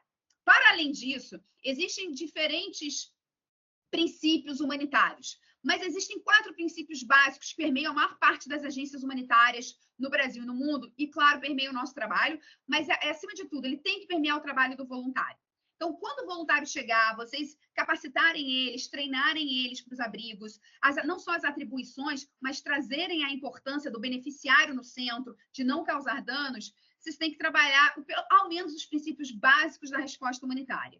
Humanidade, imparcialidade, neutralidade, independência. Esses 4 princípios permeiam o nosso trabalho em campo, inclusive de muitas agências que se posicionam enquanto imparciais, independentes, neutras e, claro, a humanidade acima de tudo, porque estamos aqui para aliviar e prevenir o sofrimento humano, né? A vida do ser humano. Então, isso enquanto definição de uma resposta humanitária. Então, a humanidade, acima de tudo, permeia o nosso trabalho. Então, voluntário, olha, a gente está aqui, nós trabalhamos, acima de tudo, com a humanidade. Além disso, a imparcialidade ela é fundamental para não se ter atos de xenofobia, como já tivemos atos que foram falados logo no início, aí de quando tudo começou, os abrigos e tudo mais. Então, a xenofobia, você ser imparcial e você não julgar a etnia, a religião, a fé, a espiritualidade da outra pessoa, tanto do beneficiário quanto dos voluntários em si. Aí que está o ponto. Esses princípios básicos, eles têm que permear, não é só a ação do voluntário perante ao beneficiário, ela é a ação do voluntário entre os voluntários em si. Nós temos que ser imparciais enquanto voluntários com o meu parceiro voluntário. Eu tenho que ser neutro, independente da posição política dele, social, ideológica, partidária, de fé, de religião. Não é isso que importa. O nosso trabalho tem que ser baseado nesses 4 princípios. De novo, tanto para o beneficiário, quanto entre o trabalho em grupo, em time. Porque a partir do momento que a gente tem um grupo de voluntários, ali é time, é união de time. E é isso que um coordenador, a liderança de um abrigo, ela tem que ter. Ela tem que saber coordenar como um time, né? Como um capitão ali. Somos juntos, a gente está fazendo isso junto e a gente vai trabalhar esses princípios aqui juntos para levar o melhor para quem? O beneficiário. Sempre o beneficiário no centro da ação. E aí, quando eu falo no beneficiário no centro da ação, existe o CHS, o Core Humanitarian Standards. Para quem está já em agências humanitárias, conhece isso aqui muito bem, isso vem do manual Esfera, que eu vou colocar aqui depois no chat para vocês baixarem, para quem não conhece. Isso é gratuito, tá? Vocês podem baixar. É um manual que traz diferentes standards, traz regras para abrigos provisórios, todas as partes de WASH. É sensacional. É extenso, mas vale a leitura e é importante vocês lerem para poder, né, se informar em relação a isso. Mas toda ação que vocês se propuserem realizar dentro de um abrigo, né, a agenda que vocês forem fazer ali, tudo que for realizado dentro de um CD ou dentro de uma ação, de uma resposta onde você vai ter voluntários, 9 normas são fundamentais. Esses 9 compromissos para atores humanitários é importante, isso ajuda, inclusive, a vocês medirem o impacto do que vocês estão fazendo, né? Isso eu deixo aqui como dica, até eu tenho especialização em impacto social, e eu falo muito isso, né? Para os abrigos que a gente está ajudando na coordenação, capacitando os voluntários. Meçam o impacto de vocês, né? Medir o impacto não é só número, né? É entender depois na ponta, quando aquela família volta, a diferença que fez aquele acolhimento. Né? É continuar esse contato. Então, ter um trabalho de assistência e de continuidade também é fundamental para vocês entenderem a diferença que vocês fizerem e conseguirem mensurar o impacto do que foi o trabalho de vocês. Tá? Mas, voltando, as 9 normas, eu não vou me aprofundar nela porque né, a gente acabou que agora o tempo ficou muito curto. Então, não vou conseguir me aprofundar, não vou ter muito tempo para poder falar agora com vocês, infelizmente, mas vejam que dentro, inclusive, dessa mandala, tá os 4 princípios básicos humanitários. Humanidade, imparcialidade, neutralidade e independência. Porque, de novo, é isso que tem que ser trabalhado o tempo todo entre os voluntários. Para quem? Comunidade e pessoas afetadas por crises. Ou seja, o beneficiário. Essa mandala é o beneficiário no centro da ação. Tá? Então, essas 9 normas, que depois vocês podem ver com calma, vou fazer aqui o link do Manual Esfera para vocês poderem baixar, ela é fundamental para vocês poderem ter essas etapas e entenderem, olha, será que a gente está fazendo no tempo certo? Será que o que eu estou propondo aqui, ou um voluntário propôs? Às vezes é o voluntário que vai propor.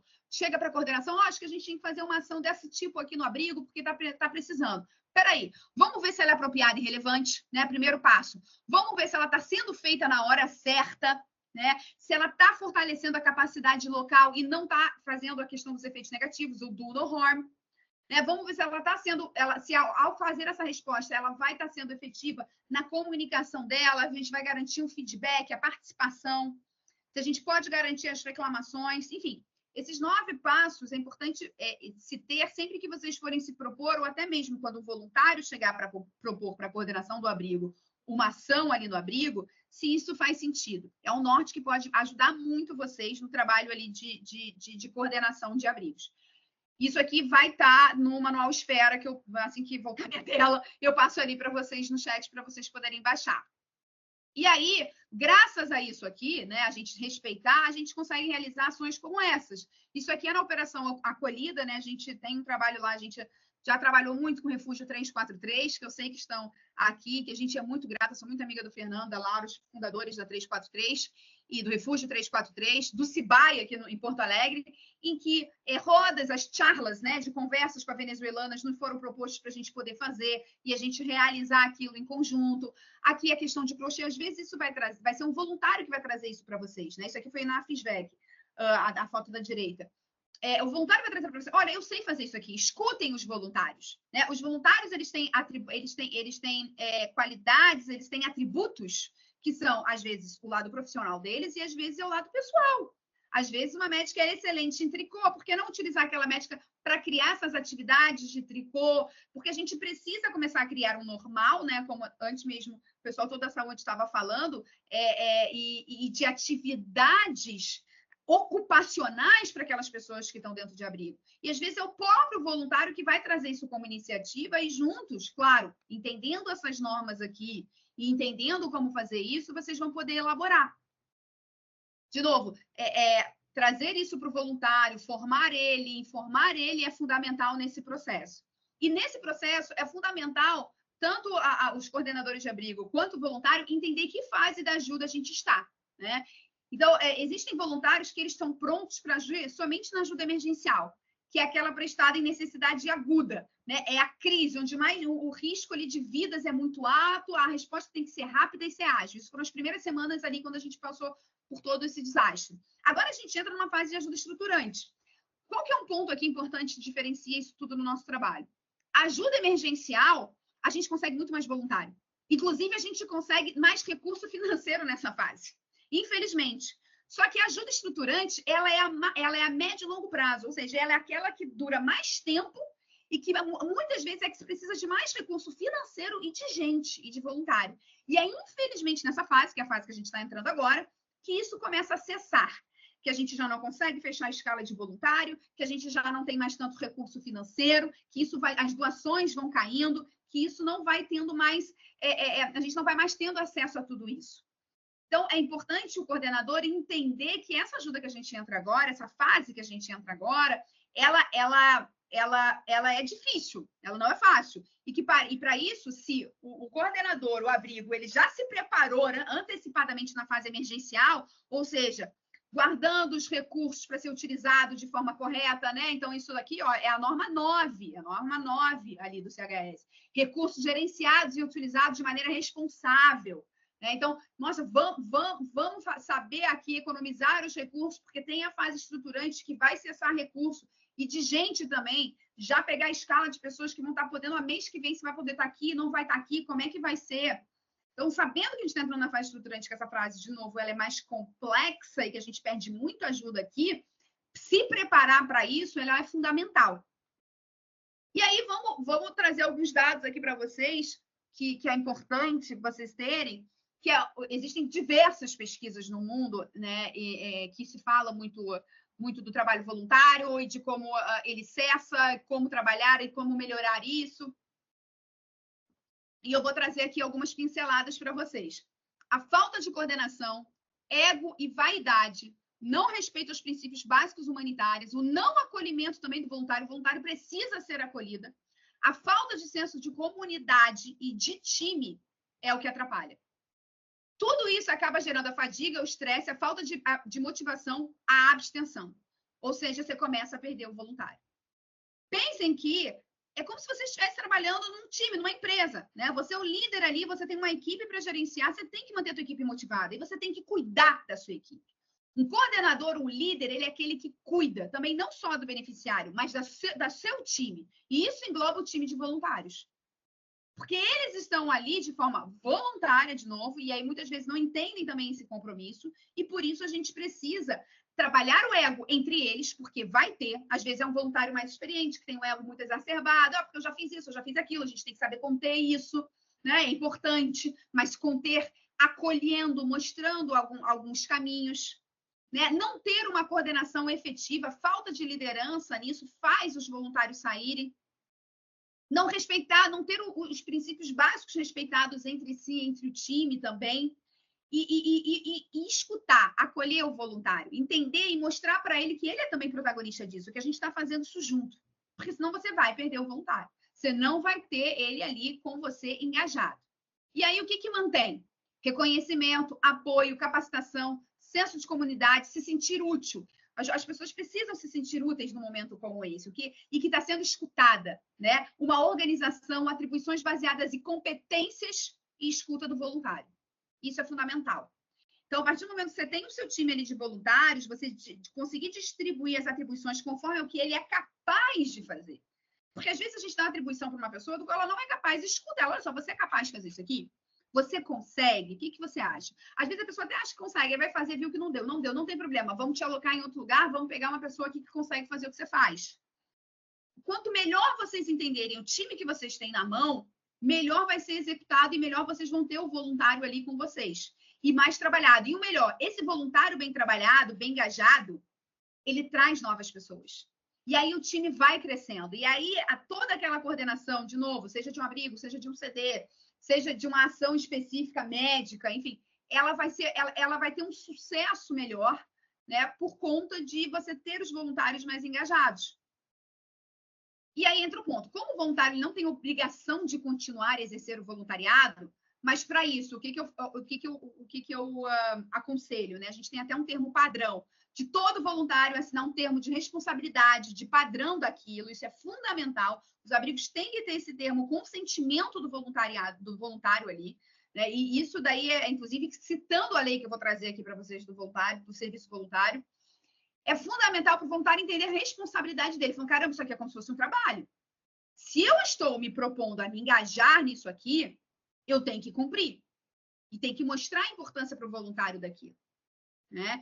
Então, e aí, de novo, essa aqui no final é importante. Os voluntários com formação profissional apresentaram maior competência e menor fadiga, com isso, maior adesão. Quando a gente diz formação profissional, é capacitação. Aqueles que fizeram capacitação em PSP, por exemplo, qualquer pessoa pode fazer a capacitação em PSP.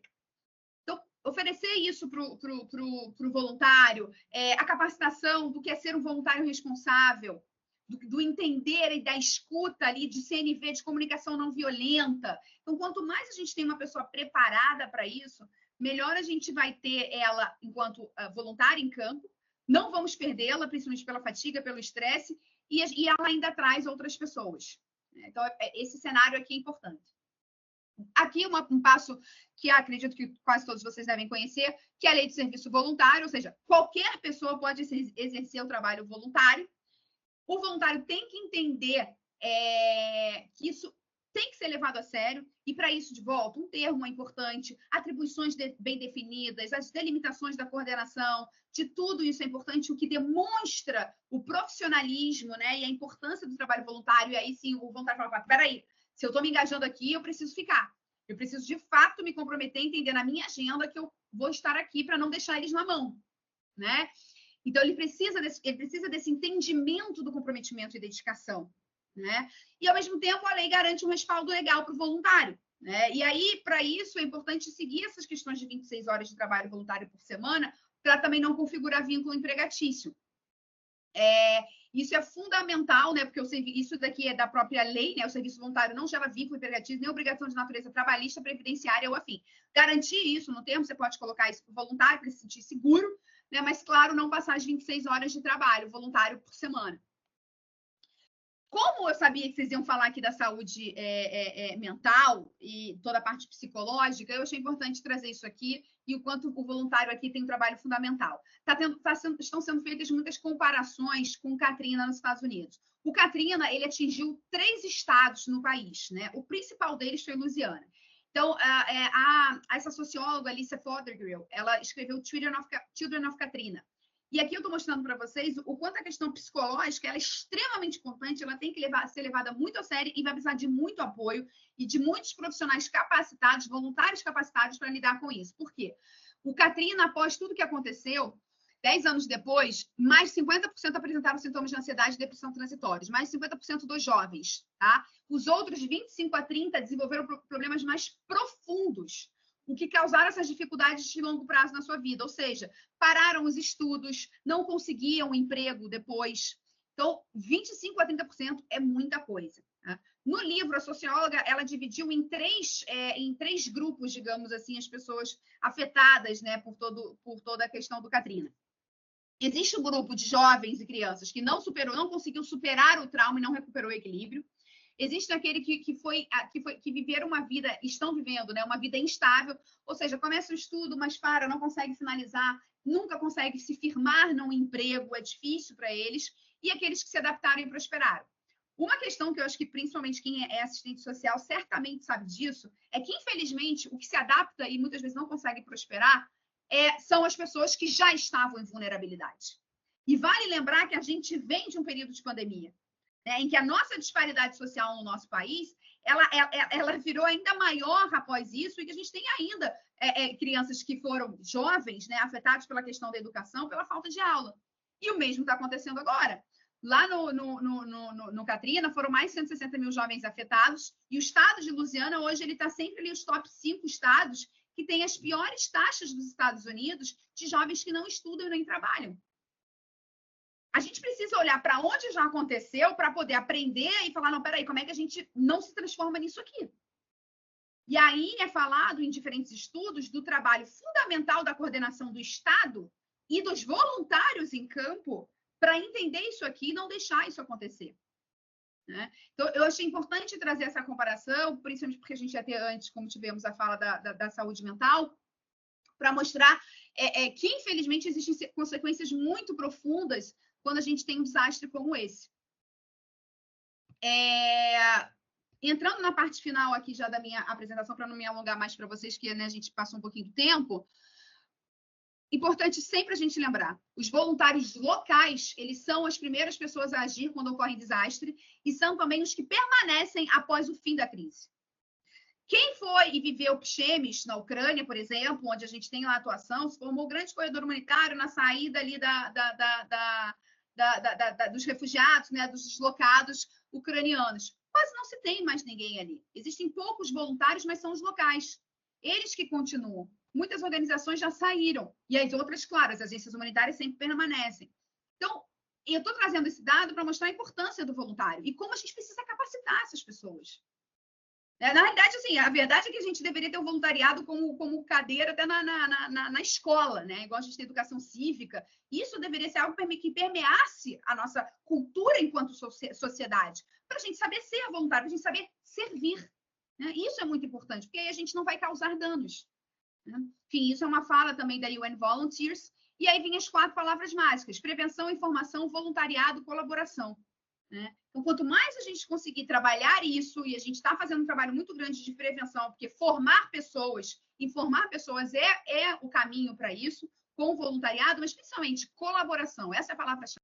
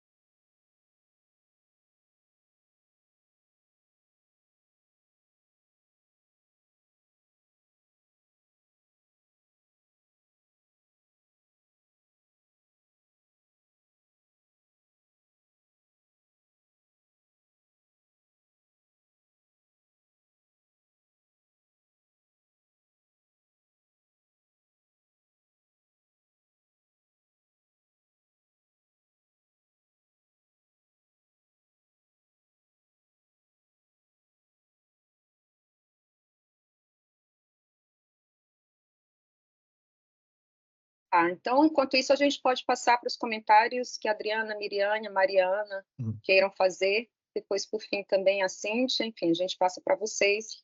A Ana Luísa retornando, a gente dá a palavra a ela, tá bom? Acho que só queria falar um pouco ali, né? Comentar o que estava escrito no chat, que acho que muito disso do que a gente falou, né, são estratégias de prevenção, né, e a gente pensar que, como a saúde mental dela é muito ampla, é muito transversal, né, ela, digamos, a que a gente entende como psicoterapia, né, ela já é algo mais voltado, né, para um tratamento, né, do que em si da promoção, né, principalmente no âmbito do Sistema Único de Saúde, né, assim, a modalidade, quando se tem esse dispositivo em uso. Mas todas as ações coletivas, ações culturais, né, todas essas, por exemplo, nas nossas rodas do chimarrão, né, os nossos encontros na praça, os nossos sentar na beira do rio, né, que a gente até no Vai Luta quando ele falava, né, de toda a relação com esse rio, né, com os rios, né, com as águas, né, como é que pode ficar, como refazer isso, né, como refazer essa sensação boa, né, de estar perto da água. E então todas essas atividades, né, são as promotoras de saúde mental, são a prevenção em saúde mental, todos os nossos contatos, essa rede de solidariedade, né, todo esse trabalho de voluntários que aconteceu, toda a mobilização também, né, de todo o país, faz a gente sentir que não está sozinho, né? Então eu acho que é muito importante a gente pensar, né, foi algo muito grande que aconteceu, foi uma ruptura muito grande, mas sempre ter essa sensação, né, alimentar entre nós essa sensação que vai haver uma reconstrução, né, e que já que nós temos que reconstruir tudo, né, que a gente opte, que a gente consiga escolher fazer uma transformação para melhor, né, já que a gente tem que reconstruir, né, vamos reconstruir melhor, né, vamos olhar para o que aconteceu, né, e se fortalecer e fazer algo novo, né, e fazer uma reconstrução de algo, né, que pode ser pode ser melhor do que era antes.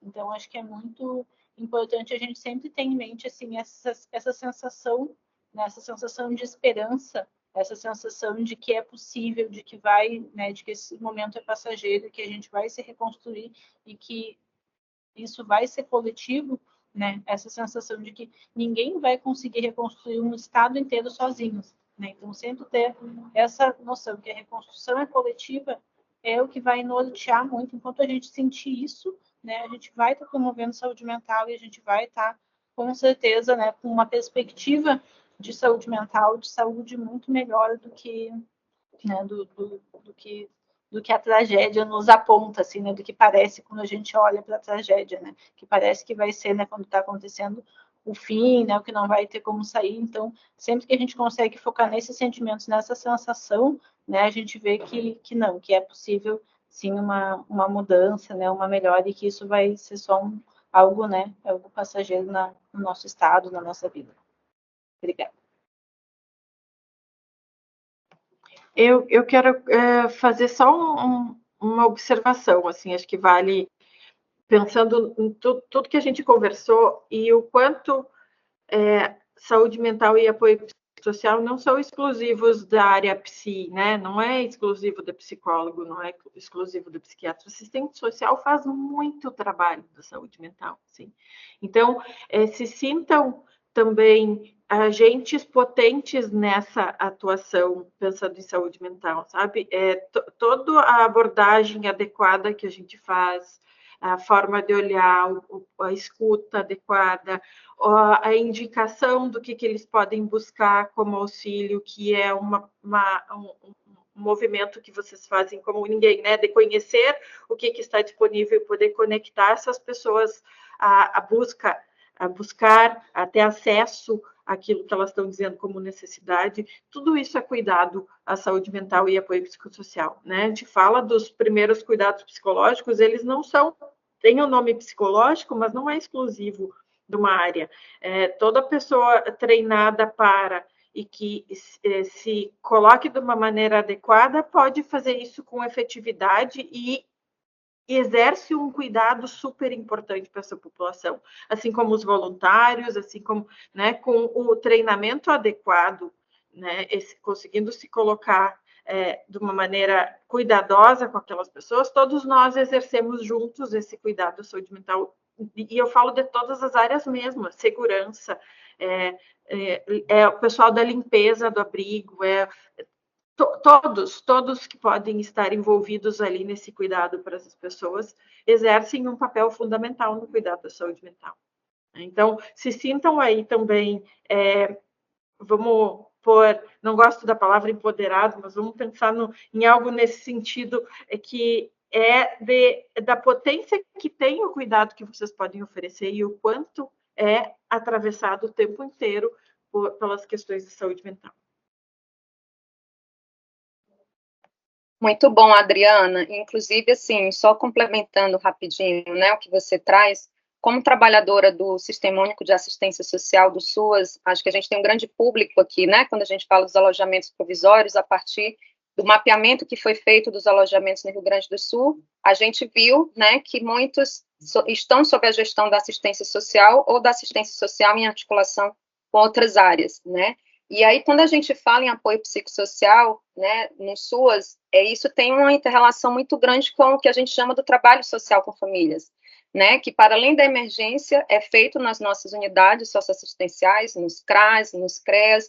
Então, é perceber de que modo isso a gente consegue articular isso no território, né, em prol do atendimento dessas pessoas, desse cuidado, né, e aí do cuidado tanto para as pessoas, as famílias atingidas, como para os próprios trabalhadores, voluntários, que eu acho que foi uma fala que ficou bem marcada, né, tanto de vocês do campo da saúde mental, essa importância desse olhar do cuidado, também para o cuidador, também para quem está atuando, né, que em muitos casos são pessoas também que são atingidas nos territórios, esses profissionais, e também, como a Mariana trouxe, dessa importância desse cuidado também para os voluntários, né, e é um cuidado que perpassa desde a questão da gente promover orientações, um alinhamento sobre a atuação, capacitações, acolher essas pessoas, né, também, enfim.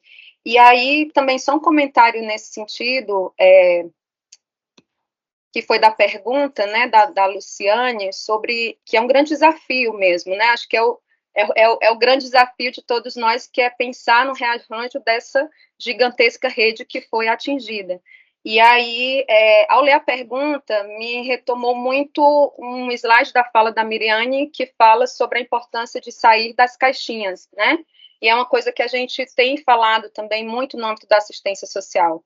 Então, eu, por exemplo, sou da coordenação aqui no Ministério do Serviço de Proteção em Situações de Calamidades e Emergências, que é um serviço que a grande função dele, né, essa organização dos alojamentos provisórios, mas a gente sabe que nesse momento a gente tem que contar com toda a rede socioassistencial, ou seja, a gente está contando aqui com a parceria da proteção básica, da proteção especial, das equipes dos acolhimentos, enfim, então eu acho que diante desse desafio de reorganizar essa rede, a gente ter isso em mente, de que a gente precisa, nesse momento, sair das caixinhas, e isso serve não só para a assistência social, mas também, né, para o campo da assistência social.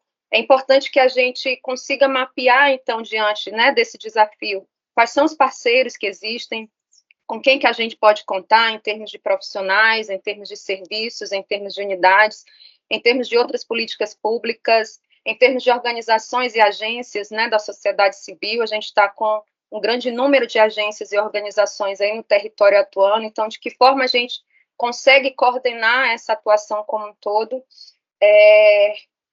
e como conseguir promover esses encaminhamentos, que foi algo que veio também muito presente da fala de vocês, né, que no âmbito do acolhimento, a gente vai observar várias demandas e que a gente vai atuar da forma que a gente pode naquele contexto, mas é importante a gente identificar se há necessidade de cuidados específicos, né? Qual é a rede nesse momento que a gente conta, quem são esses profissionais, quem são esses voluntários, quem são essas pessoas, essas organizações mais adequadas que a gente possa promover esses encaminhamentos, né, e essas articulações que são necessárias. Então, eu trago essa fala mais no sentido também de contribuir aí nessa pergunta, realmente, do grande desafio que a Luciane apresentou. A Mariana retornou aqui. Mariana, não sei se você quer fazer alguma consideração final para a gente já passar para o encerramento. Você nos escuta? Acho que ela não nos escuta, mas a Ana Luísa conseguiu conectar, né? Ana Luísa Scatoni, vi que você colocou comentário, você quer falar rapidinho, Ana Luísa, por favor? Obrigada, Kelvin, eu espero que vocês consigam me escutar. Peço imensas desculpas que eu estou no mutirão aqui em Humaitá, e foi bem na hora que o comandante das operações do Sul passou, então foi realmente uma coincidência, mas obrigada por me passar a palavra. Eu sou Ana Scatoni, a coordenadora de emergências do Acnur, aqui baseada em Porto Alegre agora, mas cobrindo todo o Rio Grande do Sul. Eu acho que é importante, eu queria agradecer muito as duas intervenções anteriores das apresentações, mas acho que é importante nós definirmos, né, qual é o padrão internacional para a resposta de calamidades, como as que nós estamos respondendo aqui. O padrão internacional para essas questões é o padrão IASC, é o padrão do Interagency Standing Committee, não é qualquer outro tipo de padrão, dos quais todo outro tipo de material é feito. Então, acho que foi falado aqui o manual do CHS. O manual do CHS é um manual complementar, mas não é o padrão global que nós temos que replicar aqui.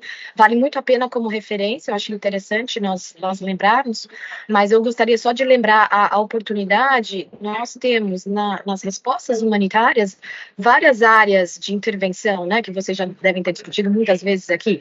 Uma das áreas é gestão e coordenação de assentamentos, de abrigos, e também resposta baseada em área geográfica.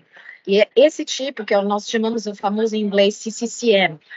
Esse tipo, esse setor, na verdade, ele é coordenado internacionalmente por duas agências da ONU, né? A agência a Organização para a Migração e o Acnur.